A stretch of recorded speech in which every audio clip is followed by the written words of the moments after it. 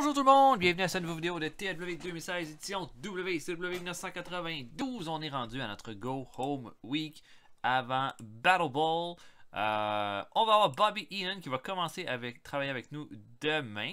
Et puis, on va regarder un peu ce qu'on a fait lors du dernier épisode. Dernier épisode, notre main event à World Wild était un combat entre les Skyscrapers qui ont vaincu la Can-Am Connection. Raven a défendu le titre des États-Unis contre Tim Warner et Arn Anderson a battu George Hines. Ensuite de ça, à Power Hour, on a eu un Buddy Landel et Killer Kyle qui ont battu Bobby Eaton et Max Payne, La Parka qui a battu Hardbar et Dustin Rhodes qui a battu Fatou dans le main event. On était au Québec devant 71 personnes. Et à Saturday Night, le main event était entre Rick Rude et Jushin Thunder Liger, remporté par Rick Rude. Kenta Kobashi et Ric Flair ont battu Stan Hansen et Ron Simmons. Sting a battu Johnny Ace. Le Wild Bunch a battu Landstorm et Tracy Smothers. Ricky Steamboat a battu Rip Morgan. On a également le retour de Roddy Piper lors de cet épisode-ci. On va se diriger maintenant avec à World Wild, un main event entre Billy Black et Vinny Vegas. Nos champions des États-Unis avec 2 défenses de titre et un prestige de B+. Raven, champion Cruiserweight avec 1 défense de titre. Dean Malenko, champion du monde avec 5 défenses de titre et un prestige de A+. On a Brian Pillman, champion par équipe. Les Greasers avec 4 défenses de titre et un prestige de C+. Et le champion télé, Lord Steven Regal, 13 défenses de titre. Et voilà. Donc, Go Home Week, main event Billy Black contre Vinny Vegas. Je pense que pour le reste, il n'y a rien de spécial. On va avancer lentement vers ça.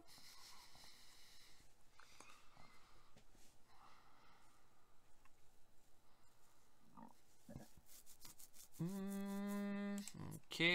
Oh, c'est les Survivor Series. L'Undertaker a battu le Big Boss Man pour garder le titre championnat du monde. Le Sergeant Slaughter a battu le Texas Tornado. Hawk a battu Dino Bravo pour garder le titre intercontinental. Jake Roberts a battu Bob Orton Jr. Les Nasty Boys ont battu les Demolition. Strike Force a battu le Orient Express. Les Ultimate Maniacs ont battu Team Edge. Team Edge qui est Ken Patera et Big John Studd. Wow, ils ont vraiment signé là, Ken Patera à 46 ans. Quand même. Aku et le Barbarian ont battu Jim Neidhart et le British Bulldog. Samba Simba, qui est Tony Atlas, a battu Coco Beware. Et le Warlord a battu Henry Godwin. C'est de voir Bobby Heenan se joint à nous. Et la WF a fait une extension à Tito Santana. Je suis pas particulièrement intéressé. Mais je suis intéressé à ajouter Bobby Heenan.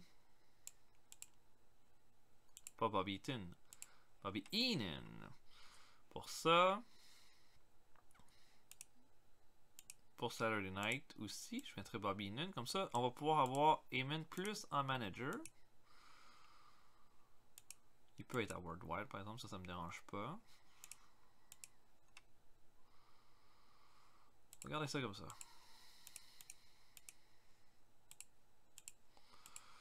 Alright. Bobby Heenan. Oh, il veut le mettre comme manager. Moi, j'aimerais plus l'avoir comme color commentator. Je continue d'avancer.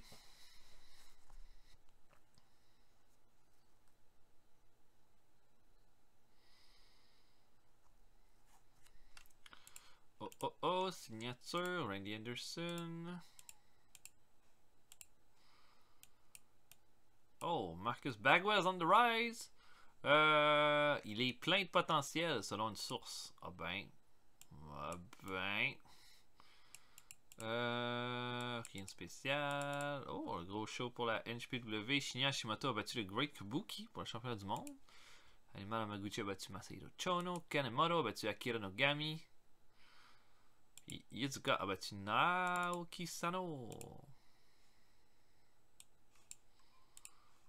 Ouais, ben. Eh ben. Je n'ai pas grand chose à dire là-dessus. Bon, fait que le show commence. Un instant avec David Taylor, qui était juste. Qui a éliminé le backstage en étant simplement agréable. Hey, merci. Je vais au hasard pour un petit medal. Darth Vader. Et Sting. Oh, ils étaient déjà amis, puis là, ils sont plus amis. Oh non! Oh, ça, c'est pas fort, Joe. Je me rappelais pas qu'ils étaient déjà amis. Crotte de bic. Bon, je book main event Billy Black contre Vinny Vegas. On se voit après. À tantôt, tout le monde.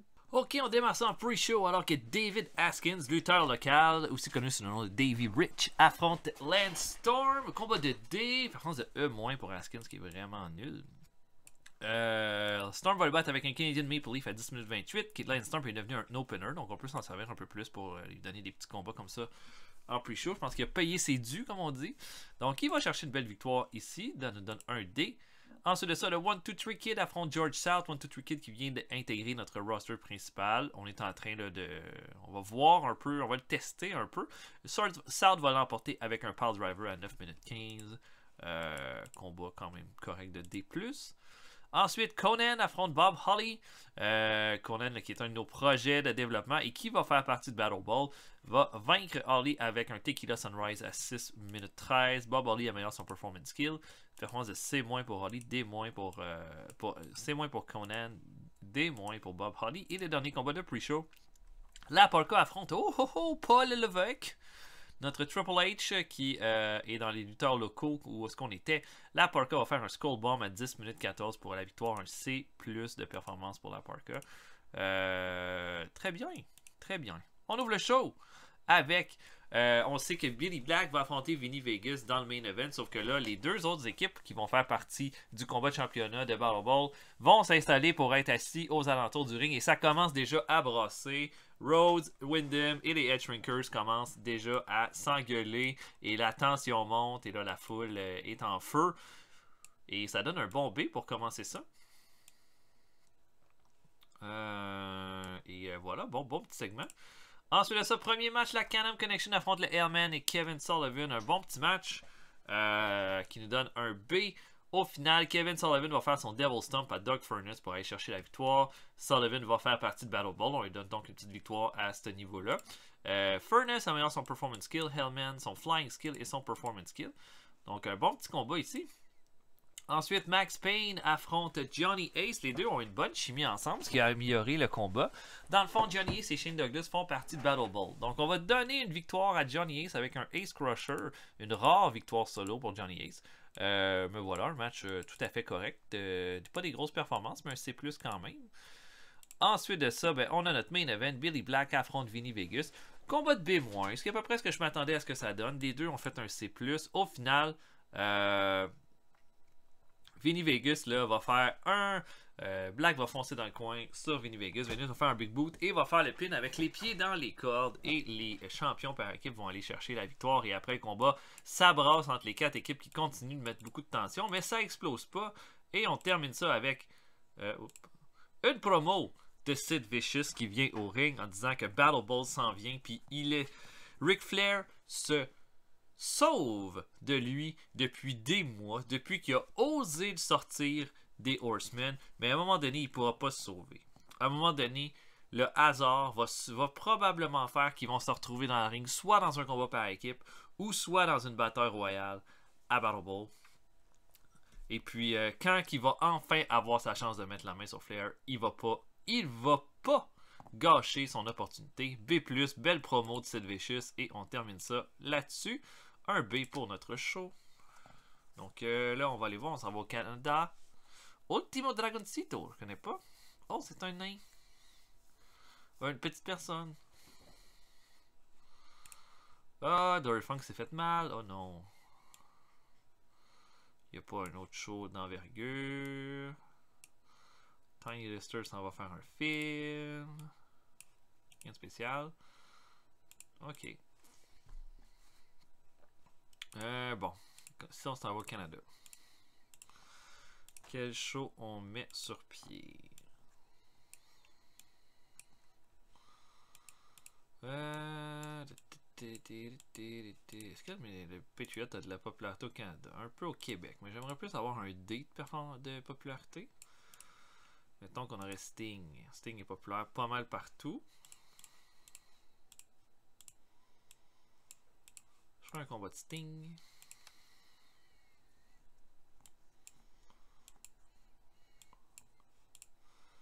mettons Dave Taylor. Non, Dave Taylor n'a aucune popularité au Canada.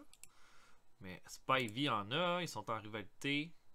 Puis je pense qu'au Manitoba, c'est ça, au Manitoba, Vicious et Spivey est plus populaire. Alright, on s'en va au Manitoba pour ce show-là. Main event Sting contre Dan Spivey. Spivey m'a pas bien impressionné quand on l'a mis dans son combat contre Ron Simmons, donc je vais certainement faire gagner Sting dans ce combat-là. Ok, des affaires à quel Cubano, qui était juste comme tantôt, juste très agréable à côtoyer, c'est bien. Ron Simmons a fait des imitations de ses collègues, ce qui a éliminé le Rocker Room. Et Dusty Rhodes donne des trucs de psychologie à son protégé Mike Awesome. On peut dire que c'est comme c'est le bonheur, ça. Ok, on va au Manitoba.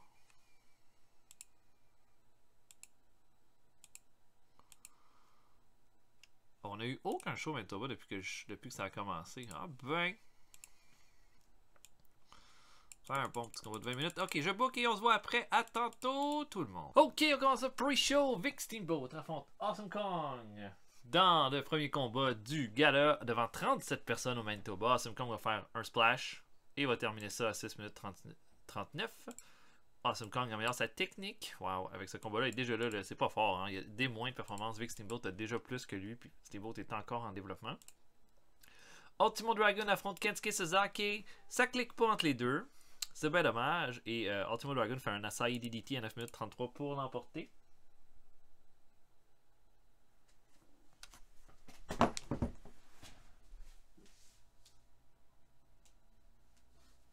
Pardon. Donc, il l'emporte. Combat sans histoire, évidemment. Les deux n'ont aucune popularité au Canada de toute façon. C'est moins pour un match entre Norman Lunatic et Marcus Bagwell. Norman va faire un Jumping Senton à 9 minutes 19 pour Bagwell qui est dans notre développement. Performance de D- pour Bagwell. Au Canada, c'est quand même bien. Norman Lunatic améliore sa technique. Et le dernier combat de pre-show, Glacier affronte Big Van Vader. C'est Ray Lloyd. J'ai décidé de le mettre tout de suite en Glacier. Puis ça fait un bon match de B-. Belly to belly suplex de Vader pour terminer ça à 6 minutes 52. Voilà. On commence le show avec une promo, une magnifique promo de Steve Austin qui parle de Battle Ball et il dit que le monde a parlé de pas mal de candidats intéressants pour gagner Battle Ball cette année, mais il trouve qu'il n'y a pas assez de gens qui parlent de Steve Austin pour gagner Battle Ball. C'est que il se trouve un peu perdu dans la foule. Il se trouve un peu perdu dans la foule en ce moment, mais qu'il sait que 93 va être son année où est-ce qu'il va enfin pouvoir prouver tout ce qu'il vaut. Mais que Battle Ball, ça va être l'opportunité pour que les gens le remarquent encore plus que d'habitude. A plus comme promo, je pense que c'est une des preuves que Austin est prête là, à un prochain bon défi. Combat par équipe, Jushin Thunder Liger et George Hines affrontent Kenta Kobashi et Arn Anderson. Kobashi et Arn Anderson ont une très bonne chimie ensemble, bon à savoir. Et bon, vu que Liger est dans Battle Ball, Kobashi et Arn Anderson vont être dans Battle Ball. George Hines n'est pas dans Battle Ball, mais on va lui donner une opportunité comme ça. Kobashi va l'emporter pour son équipe avec un moonsault à 10 minutes 45.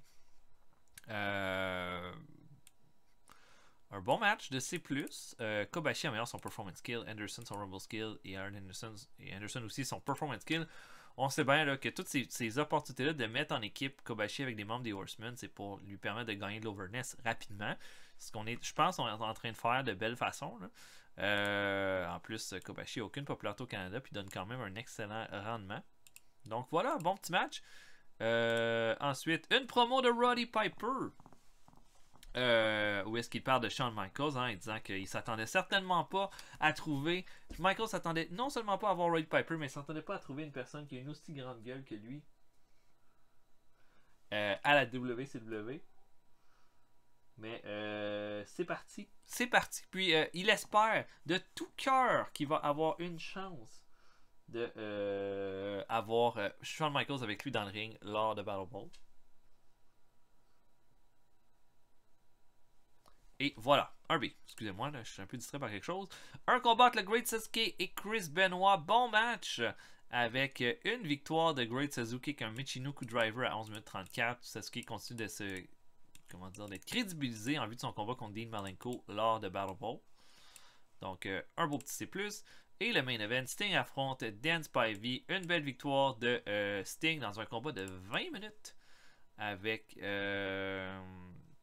son Scorpion Deadlock. On sait bon qu'ils sont un peu en rivalité ensemble. Là, tout le clan de Paul Heyman avec Sting et tout ça. Donc, ouais, ça s'est bien passé. Puis, un bon match.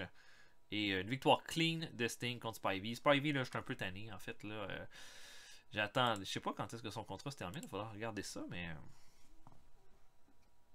j'aurais aucun problème à ce que ça se termine exactement là. Parce que je le trouve un peu à chier. Même en tant que Skyscraper, je trouve qu'il me donne pas des bonnes performances. Voilà. Rien de spécial. C'était le Fury Hour de la UWF avec un main event entre Rhythm and Blues et Don Morocco et André le Géant. Oh, les mots, là, regardez André. Oh, ça devait pas être un grand combat. Oh my god. 23 de stamina. Oh.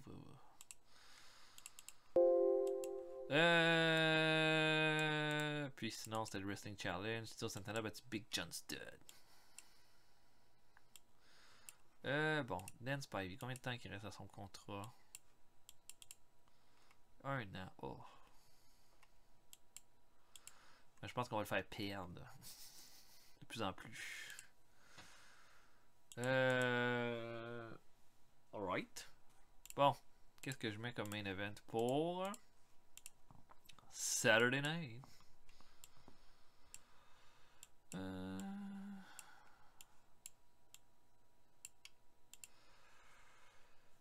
Steve Williams, ça pourrait être un choix intéressant.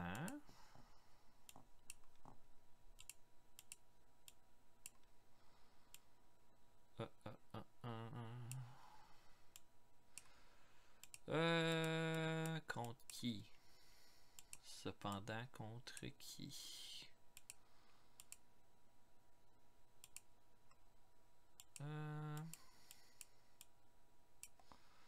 Déjà fait lutter Vader. Déjà fait lutter Arn Anderson.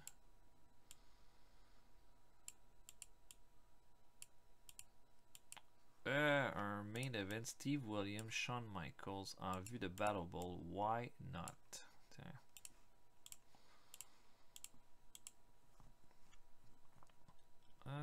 Mike Graham, dernier jour pour négocier avec lui. Ben, on veut pas négocier avec lui, fait que c'est parfait.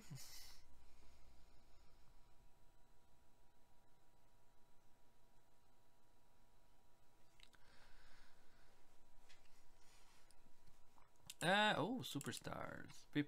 Michael Hayes a battu Hulk Hogan. Wow! Vu que c'était un de nos projets, hein, ben, en fait. Il a lutté 4 fois à la WWF depuis septembre. Ok, il va battre, il bat Hulk Hogan comme ça par DQ. Wow! Bravo Michael Hayes. Mais je suis pas déçu qu'on s'en soit débarrassé, personnellement. En tout cas, bon show.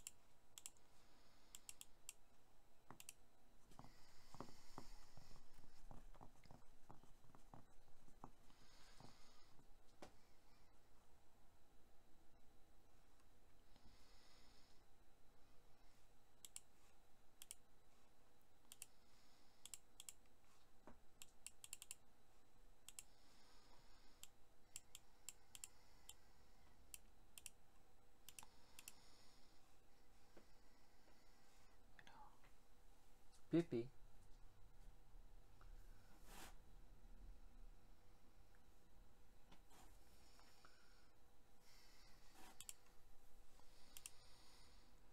Ok, donc.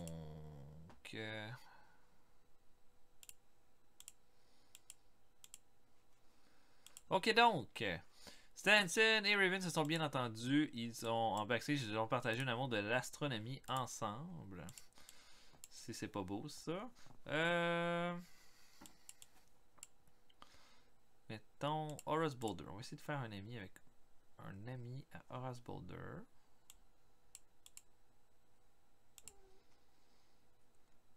Puis mettons un gars comme Bob Holly. Non, pas d'amitié.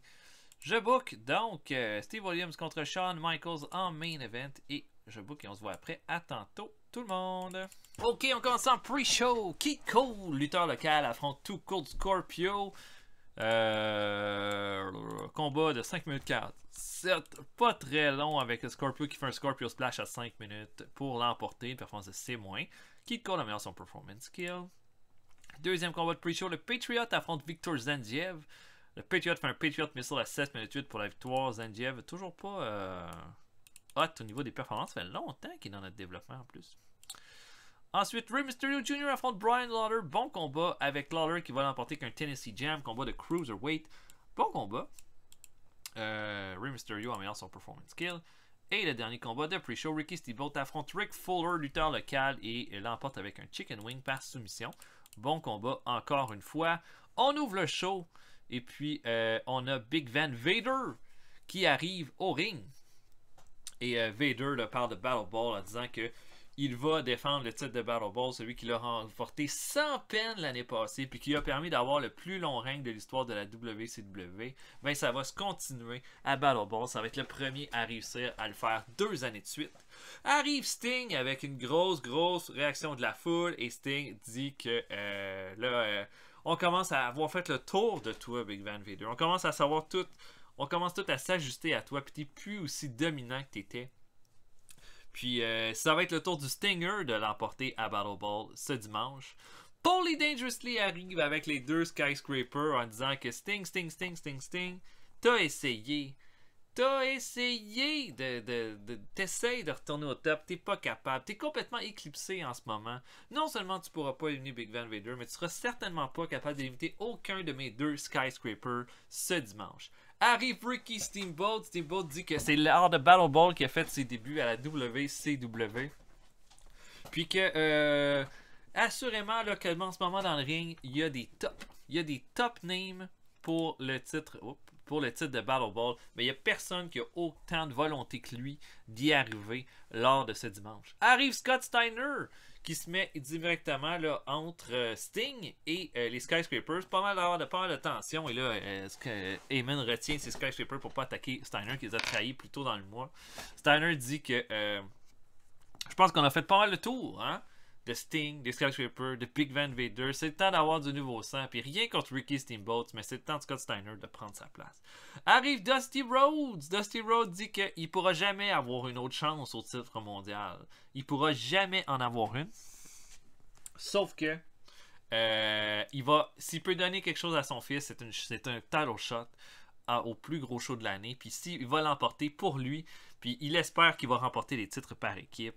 Et là arrive Mike Rotundo qui se met à se moquer de Dusty Rhodes en disant: on s'en fout de ton fils, hein? Ton fils mérite pas un title shot, fait que tu vas pas te battre pour lui. Il y a une seule, moi je me suis toujours battu pour moi, Mike Rotundo. Et puis depuis que j'ai décidé de m'affirmer de ce côté-là, tout va bien. Puis c'est ma chance à Battle Ball d'aller chercher ça. Et là, bon, tout le monde, ça commence à monter. Et Scott Hall se pointe sans les Horsemen de son côté. Il dit: c'est beau de vous voir tout aller. C'est beau de vous voir tout aller pendant que moi j'ai mon title shot d'assurer pour ce dimanche. Mais dites-vous une affaire, c'est pas Brian Pillman que vous allez affronter à Starrcade. C'est le bad guy. C'est Scott Hall. Fait adaptez-vous en conséquence. Gros segment d'ouverture de A. Mike Rotundo a un meilleur performance skills. Puis pour le reste, pas mal bon. Un A. Premier match, Jeff Jarrett qui fait son grand retour à la WCW après avoir été blessé par Lex Luger, ce qui a amené la suspension d'ailleurs de Lex Luger. Fait kick avec Bobby Eaton pour affronter Rick Rude et Buddy Landel. Les 4 lutteurs vont être de Battle Ball. Et pouf, surprise, Jeff Jarrett fait abandonner Rick Rude avec un Figure 4 Leg Lock. Et là, c'est quand même toute une surprise. Là, et Rick Rude n'en revient pas complètement humilié après ça. D'ailleurs, pas eu de problème, hein? Rude a accepté de perdre sans problème lors de ce match-là. C'est évidemment pour Jarrett un gros step, mais ça devrait donner quelque chose de pas mal bien. Eaton améliore son Rumble Skill et son Performance Skill dans ce combat-là. Les 4 vont être de Battle Ball et ça aurait dû être moi j'aurais aimé ça voir ce combat-là, en fait. Ça aurait dû être vraiment bon. Promo de Ric Flair, une belle promo. Il répond en fait à ce que Sid Vicious a dit cette semaine. Il dit Sid Vicious, tu peux courir. Je pense que tu sais au fond de toi là, que t'es juste un gros lourdeau, pas capable d'être dans le ring avec Ric Flair. J'ai toujours été au top partout où je suis allé. Toi là, t'as profité des Horsemen pour te mettre au top.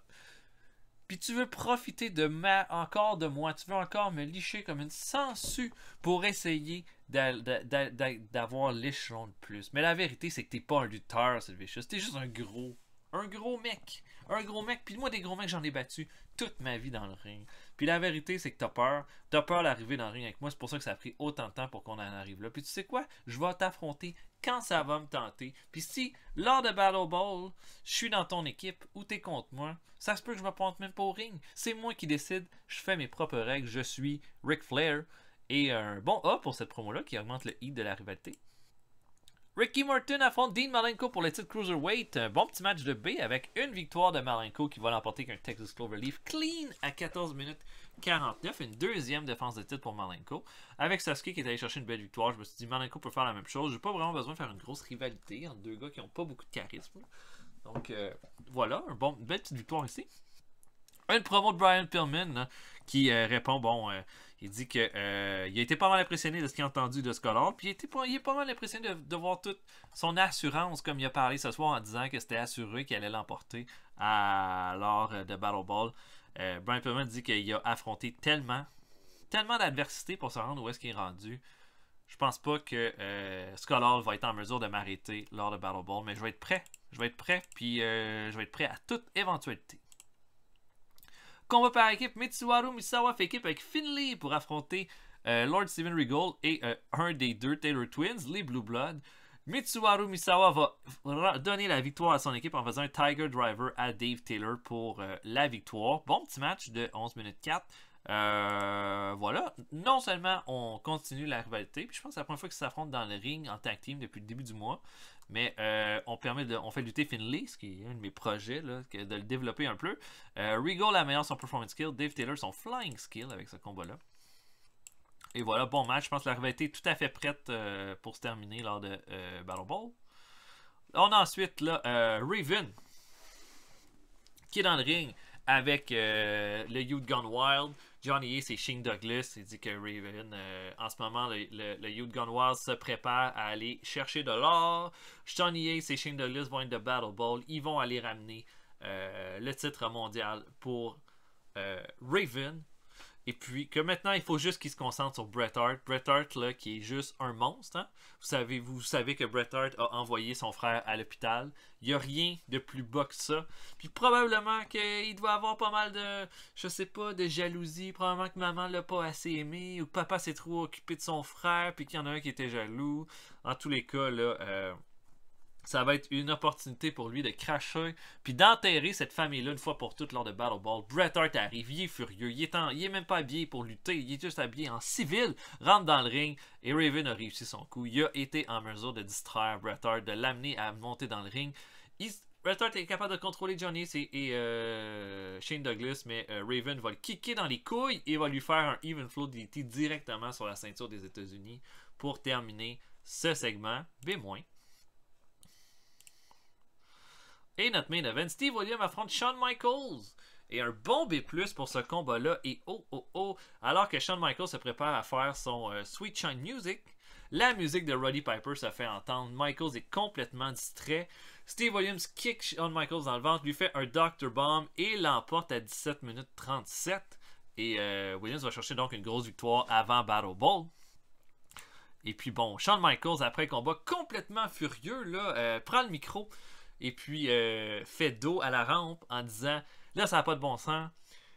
C'est quoi cette affaire-là? Vous avez fait... Ce gars-là est après moi. J'ai rien demandé.